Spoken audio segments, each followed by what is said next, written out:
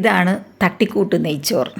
ഞാൻ അധികം നെയ്യൊന്നും ഒഴിച്ചിട്ടില്ല കേട്ടോ, വളരെ കുറച്ച് നെയ്യേ ഒഴിച്ചിട്ടുള്ളൂ. 2-2.5 സ്പൂൺ നെയ്യ്, 2.5 നാഴി അരിക്കാണ് ഇത്രയും ചെയ്തത്.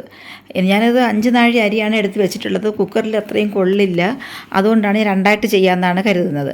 അപ്പോൾ എന്നിട്ടതിൽ പട്ട, ഗ്രാമ്പു, ഏലക്ക എല്ലാം ഇട്ട് പിന്നെ പച്ചമുളകും തക്കാളി സവാള എല്ലാം കൂടെ ഇട്ട് വഴറ്റിയെടുത്തിട്ട് വെള്ളം, അത് നമ്മൾ സാധാരണ വയ്ക്കുമ്പോൾ പിന്നെ 1 നാഴി അരിക്ക് അതിൻ്റെ 2 നാഴി വെള്ളം വെക്കണം, ഇരട്ടി വെള്ളം വെക്കണം. ഇതിപ്പോൾ ഞാൻ 1.5 നാഴിയെ വെച്ചിട്ടുണ്ട്. നാഴി എന്ന് പറഞ്ഞാൽ കണ്ടൻസ്ഡ് മിൽക്കിൻ്റെ ടിന്നാണ് കേട്ടോ എടുത്തിട്ടുള്ളത്.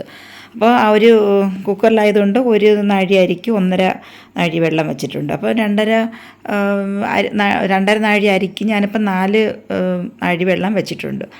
അപ്പോൾ അതിൽ 2-3 വിസിൽ കേട്ടിട്ട് ഞാൻ ഓഫ് ചെയ്തിട്ടിരുന്നു. അതിൻ്റെ പ്രഷറെല്ലാം പോയി, ആവിയെല്ലാം പോയി തീർന്നപ്പോഴത്തേനും തുറന്നപ്പോൾ അതിങ്ങനെ നന്നായിട്ട് വെന്തിരിപ്പുണ്ട്.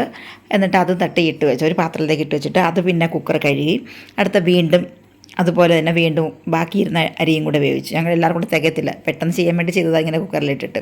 അടുത്ത കുക്കർ നാറ്റണ്ടാന്ന് രീതിയിൽ തന്നെ ചെയ്തത്. അപ്പോൾ രണ്ടാമത്തതും ചെയ്ത് വെച്ചിട്ടുണ്ട്. കളറിന് വേണ്ടിയ മഞ്ഞളാണ് ചേർത്തിട്ടുള്ളത് കേട്ടോ. അപ്പം ഇതും പിന്നെ അതും കൂടി അതിനകത്ത് തട്ടിയിട്ട് വെച്ചു.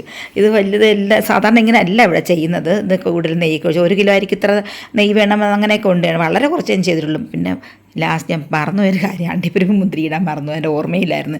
ചുമ്മാ തട്ടിക്കൂട്ടിയതല്ലേ എന്ന് ഏത് പെട്ടെന്ന് ഇങ്ങനെ ചെയ്തതാണ്. ഇറച്ചിയൊക്കെ ഇരുന്നുണ്ട്, ബീഫായിരുന്നു കേട്ടോ, നന്നായിട്ട് ചാർന്ന് പറ്റിയിട്ടില്ല. അപ്പോൾ ഇത്രയേ ഉള്ളൂ കേട്ടോ.